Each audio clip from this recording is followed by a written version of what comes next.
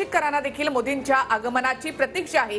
मोदींच्या स्वागतासाठी मुख्यमंत्री उपमुख्यमंत्री आता नाशिकमध्ये ओझर विमानतळावर दाखल झालेत आणि त्यानंतर पंतप्रधान नरेंद्र मोदी यांचा कार्यक्रम कसा असेल ते आपण पाहतोय। तर आपण जर बघितलं तर काळाराम मंदिरामध्ये दर्शन घेणारे हे पहिले पंतप्रधान ठरणार आहेत नरेंद्र मोदी। कारण नाशिकमध्ये येऊन अशा पद्धतीने अतिशय पौराणिक महत्त्व असणाऱ्या या काळाराम मंदिरामध्ये आतापर्यंत कोणत्याही पंतप्रधानांनी येऊन दर्शन घेतलेलं नव्हतं।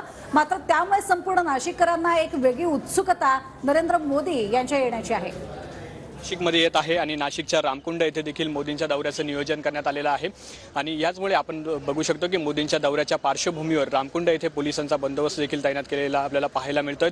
थोड्याच वेळात नरेंद्र मोदी नाशिकमध्ये येणार असल्यामुळे हळूहळू पोलिसांचा बंदोबस्त हा देखील आणखी वाढवला जातोय। त्याचप्रमाणे रामकुंड परिसराला आकर्षक अशी सजावट देखील करण्यात आली। आपण दृश्यांमध्ये बघतोय की रामकुंड परिसरात फुलांच्या अशा आकर्षक माळा देखील लावण्यात आलेला आहे आणि त्यामुळे एकूणच रामकुंड परिसरातलं वातावरण जे आहे ते प्रसन्न असं वातावरण तयार झालेलं आहे।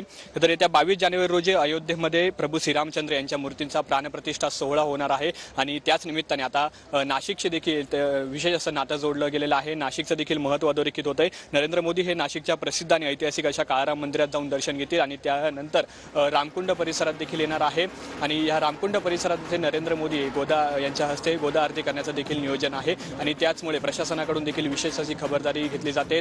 आपण बघतोय की परळ जिल्ह्यातून आलेले पोलीस त्याचप्रमाणे एसपीजी कमांडो आणि स्थानिक पोलिसांचा देखील मोठा बंदोबस्त जो आहे तो या ठिकाणी आपल्याला पाहायला मिळतो। पंतप्रधान नरेंद्र मोदी यांच्यासोबत राज्याचे मुख्यमंत्री दोन्ही उपमुख्यमंत्री हे देखील उपस्थित राहणार आहे। नरेंद्र मोदी यांचा काळाराम मंदिराचं दर्शन आणि त्याचप्रमाणे रामकुंड येथील भेटीचं नियोजन हे भाजपच्या आध्यात्मिक आघाडीकडे देण्यात आलेलं आहे आणि भाजपच्या आध्यात्मिक आघाडीकडून असं विशेष नियोजन देखील करण्यात आलेलं आहे। थोड्याच वेळात नरेंद्र मोदी हे नाशिकमध्ये येणार असून रामकुंड येथे देखील भेट देतील। कॅमेरा पर्सन विकीसह मी चैतन्य गायकवाड, TV9 मराठी, नाशिक।